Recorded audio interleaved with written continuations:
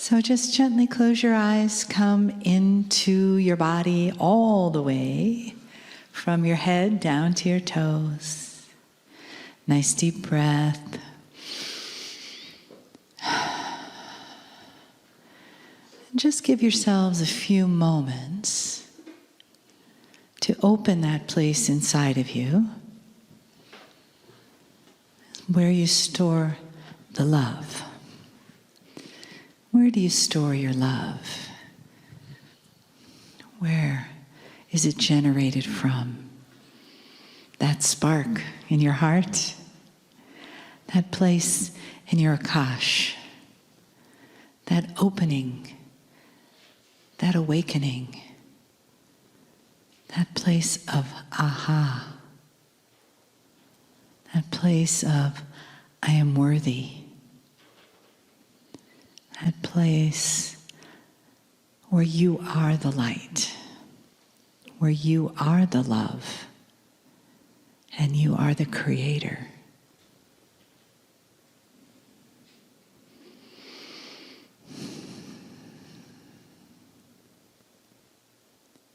And as you gently resonate with that oneness of you, with the I am, with the divine source and the love that is there,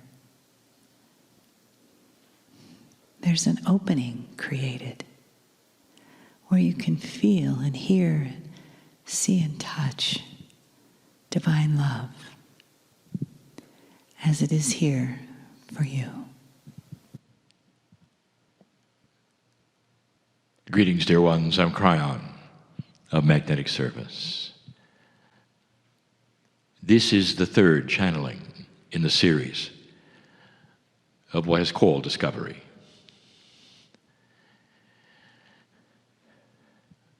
Some years ago, my partner helped to write a book, and it was called The Indigo Children.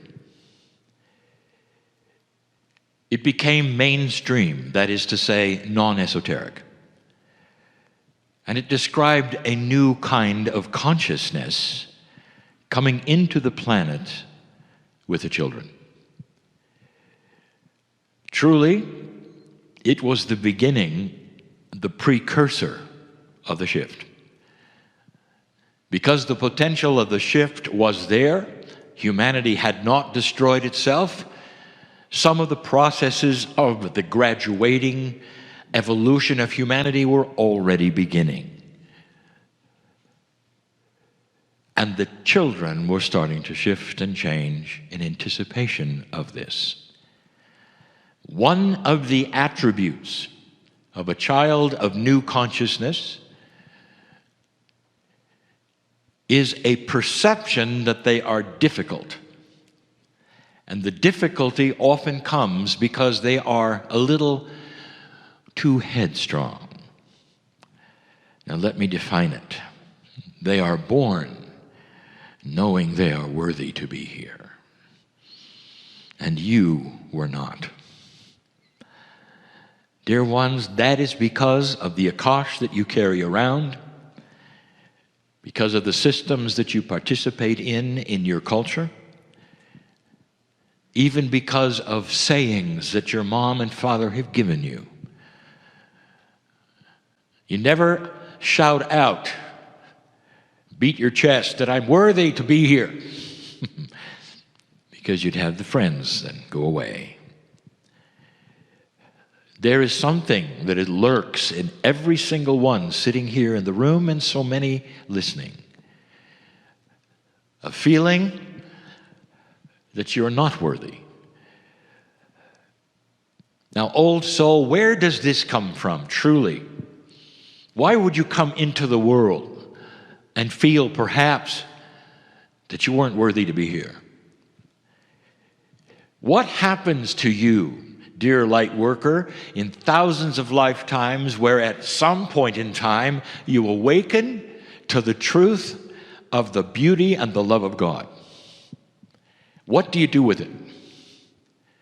Some of you became shamans, and we have talked about that before. Most of you went into a system that would then create issues later. What system would that be? Do the words priests and nuns mean anything to you? Let me tell you something. If you took a poll right now of light workers on this planet, there would be a disproportionate number of them that were unmarried or had tried to be and it didn't work. And that is the result of taking vows. For many lifetimes, it is a safe place for you to love God. No one is going to look at you in a funny way if you're wearing a certain costume that says, I am spiritual, I am dedicated, I am celibate, and I am a priest, I am a nun, all my life. Suddenly you come into this lifetime, you think that that isn't a residual? You've taken vows, and suddenly they come back at you. One of the vows you take is you're not worthy. You know that, don't you? Only God is worthy, humans are not. You're supposed to grovel before God. You can't even talk to God directly. You've got to go through someone else who is more spiritual than you in a hierarchy which is higher than yours in the system. And suddenly you arrive here in this energy, and you are learning not only the love of God that you knew so well, but also that you can talk directly, that God is inside. And here you are, worthy from birth. Some of you motivated directly back to the system that you were part of. And it didn't work. Some of you rebelled against that system because intuitively in the energy you knew it wouldn't work. Some of you have angry family to this day because you walked out of a spiritual system that they have, that they believe in. And they've chased you all their lives. When are you going to come back to the fold? You know, don't you, that if you continue, you're going to go to a horrible place, be burned alive every single day. That's what the love of God is going to do for you. And they believe it. That the God who created things out of pure love and put love into you and compassion into you is going to then judge you. I'll say it again. Judgment is a human condition, not a God condition. And yet it sticks, doesn't it? And so many of you walk paths that are now private. Even still, you don't want many to know.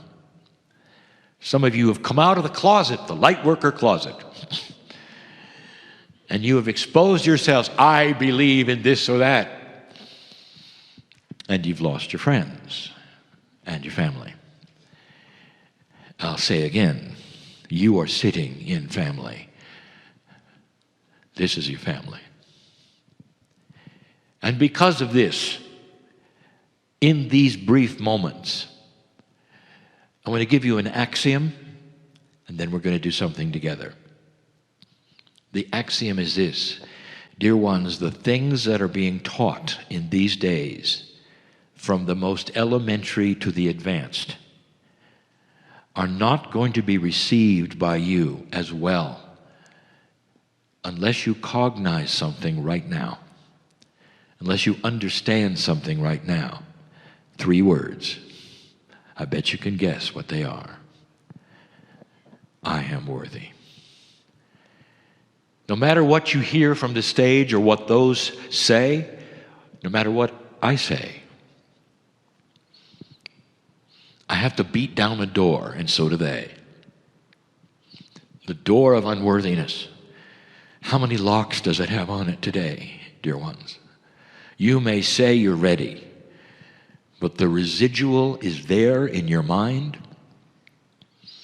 in your Akashic record that says things can't work this way. And even though you know better, dear human, and feel it and know the truth, the residual often says, you're not worthy. Remember? You're just not worthy. This is not ego. This is truth. To be worthy means that you have been born magnificent because the peace of God is there. And what does magnificent really indicate? It means that you're a compassionate, balanced human being. You have the ability to control your body and these things so that you can be balanced and compassionate, to spread light, to help. That's the magnificence. It's not a magnificence that says that you're going to be a movie star or political. Not that kind of magnificence. It is a quiet, beautiful, powerful magnificence to help the planet. That's magnificent. I'm going to ask you to say something with me. And we're going to do it 3 times. Don't do it unless you mean it. Those listening to this later, I invite you to participate. For if you're listening and you're a light worker and you're an old soul, and you know you are, this condition is yours as well.